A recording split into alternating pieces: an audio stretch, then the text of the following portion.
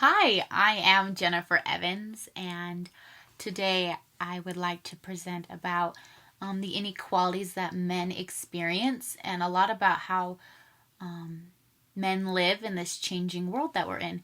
One thing that I got to consider a lot as I did this research is that we are not the same as we were in the past, which is good, but it's also good for us to reflect on where we've come from, where we're going, and what more do we need to do.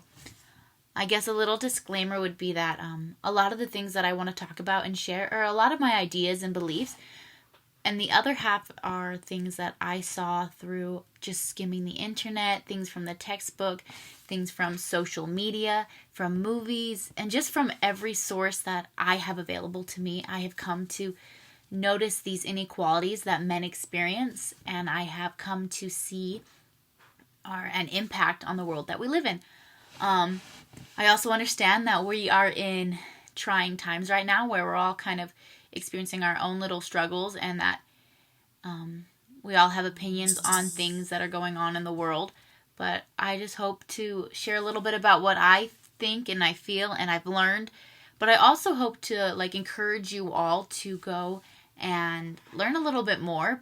Doesn't matter what gender you are, doesn't matter your exact beliefs, but it's really good to know all opinions and all sides of arguments before we make our own. So I wanted to look at male inequality kind of based off of a timeline of their life. One of the articles I found, it talked about male norms, masculinity norms are learned from, just like girls, from childhood through adulthood. And every day we learn something new about these gender norms we experience. But it said that with masculinity norms, they're learned a lot from boys, learning from their parents, their teachers, social media, and all other forms that are available to them, which, makes us stop and wonder, are we teaching the right norms to children, to everybody? Are we presenting the right gender norms as we post on social media? And so just something that we should be aware of if we want to implement something or teach something or live something. We need to be careful and present it how we want people to see it. I do believe that we hold different norms and standards for females versus males, and I don't expect to get into that much, but that we definitely have a different balance there. And I'm sorry, I'm going to keep looking at my notes down here, but also, if you have any extra questions, please feel free to message me, and I can clarify better if I said anything that was kind of weird. So, I want to start off with baby boys. Also, reverse a little bit. We do things that we have today, we did not have years ago. So the masculinity norms that we teach today were not taught 20, 50, 100 years ago because there was not much accessibility to sources, such as now we have the internet, right? So how we present male masculinity is different now than how we presented it in the past. And how we live it, now we're not all out on the farm, right, working. Now, boys are in school and girls are in school, and we have access to watch TV and shows and learn about different cultures more than they did in the past. All right, so back to baby boys. I have a niece and a nephew, and how I play with them, it's funny, as I try to play with them the same, but there was one time I was playing with my niece, I guess a little too rough, and my mom was like, you can't play with baby girls like that. And my niece and nephew are only a couple months apart, and I did the same thing to my nephew, and he loved it, and he wanted to be thrown higher. And it was interesting that nobody reprimanded me for playing with my nephew too rough, but they did with my niece. How we look at, even with babies, that we're like, you've got to be gentle with little girls. And with boys, you can be rough. Where in actuality, I should be gentle. We should all be gentle with both babies. They're all children. They're fragile little beings. As baby boys develop, we hold them to a higher standard of being tough right from the get-go. If a baby boy skims his knee, or like a toddler and up, we're like, you're a tough boy, you can do it. You're daddy's little boy, you don't need to cry. Where with a little girl, you might sit there and comfort her. And as an article I found and many sources I found, boys receive less compassion than baby girls do and little girls do, which isn't fair. It's definitely an inequality and something that should be changed, because all genders deserve compassion and all genders deserve to be treated the same regardless of what you are, how you associate yourself.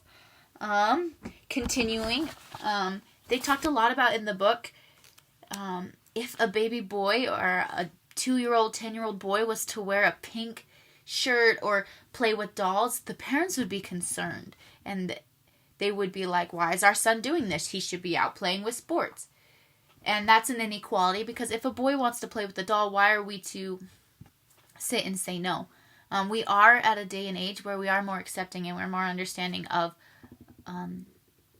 what colors children can wear and what they can play with. And lots of toy stores have opened up their toys to be both genders. All they do is maybe change the color, or they put a girl on the box instead of a boy, which is something awesome. But I still think there's ways to go where we don't need to worry about our children or children playing with certain types of toys. Another thing that happens with boys and males is that we consider things don't happen to them. One thing I noticed a lot was we forget that men also experience peer pressure, they experience bullying, and they experience things such as eating disorders. I did a project last semester where I was studying about eating disorders, and most of the time all the studies were done on females. And maybe a few mentioned that only a few male participants were available. But the truth is, more males than we think experience eating disorders, and they struggle with things that, both females do. It is definitely, everyone experiences things like this. Another article talked about how men experience depression and men experience suicidal thoughts. And it's just not as readily known as maybe it is with females. But it is known. Going on throughout this timeline, as children get to junior high and high school, there's an expectation towards boys such as they need to be the best in their class or be the best with sports. And it's also an expectation on girls, but it is one that sometimes you you look for the popular boy who can play all the sports. And as kids graduate high school, there is the known that boys are more rowdy in kindergarten, elementary school, junior high, high school. They're more rowdy than girls are, which is not always true, but that's how sometimes it's portrayed in the movies, and it's portrayed. Or it's portrayed the opposite way, where boys are just, awkward, where it's weird the balance they have.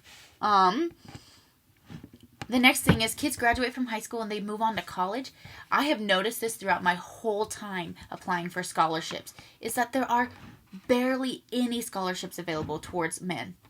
And it was so interesting, which, I don't completely understand. I get that there are many and everyone needs a scholarship because college is expensive. But if you look through your UVU portal, you'll see that not many of them are offered to men, which is definitely an inequality, because these guys, just like women, just like anybody, have to pull the money out of their pockets. Sometimes have to work 2 to 3 jobs. So that is an inequality that I have noticed personally. And as men decide to get married, they receive that expectation once again that they are to be a provider, that they are to be a protector, to be strong. And these are good expectations, but at the same time, they're overpowering, and the world expects this of them when they're just human, right? And I think that marriage is meant to be a balance. It is meant to be the woman and the man work together to do everything. But sometimes you read and you see books and movies and social media where the man is supposed to be the money bringer in her, and the man is supposed to protect the family against a killer, or all these things. And sometimes it seems like we put a heavy expectation on men. And if a father, so continue on with this marriage, as children are born into the family, if the father wants to stay home with the kids, it's still kind of weird for our society to see a man who wants to be a stay-at-home man, a home builder who cleans and cooks and all that. And they receive a lot of reprimands sometimes.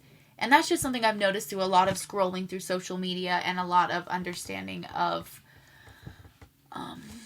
comments and stuff.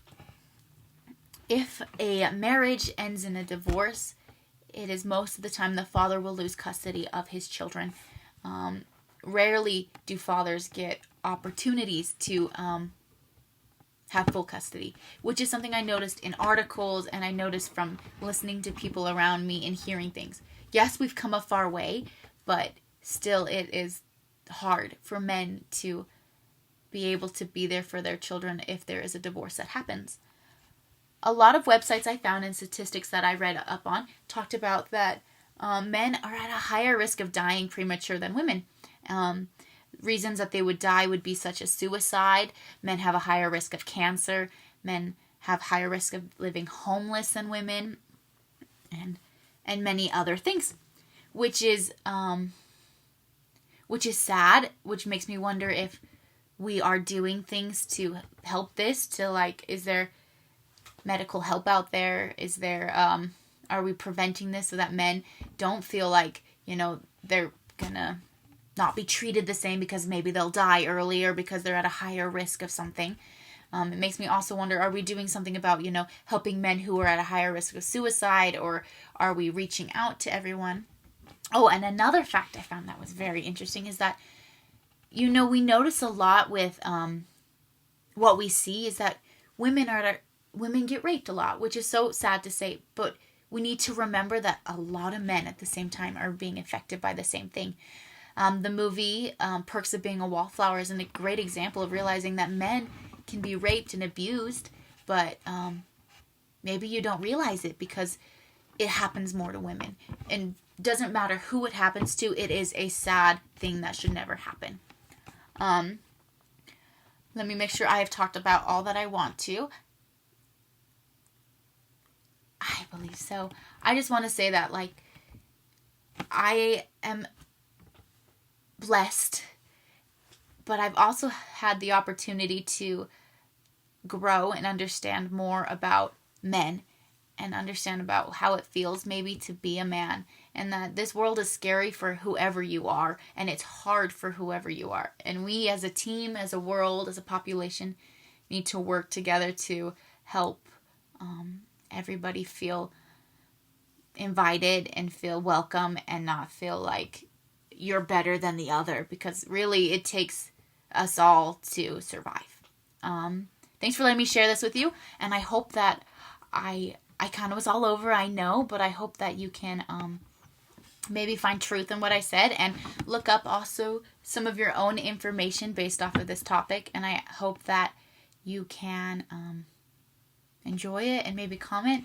And also, if I said anything wrong because I was kind of off script for a while, please let me know and I will clarify. I didn't mean to offend anybody, and I just hope you know that everybody deserves love and everybody deserves respect. And thank you, and good luck in the semester.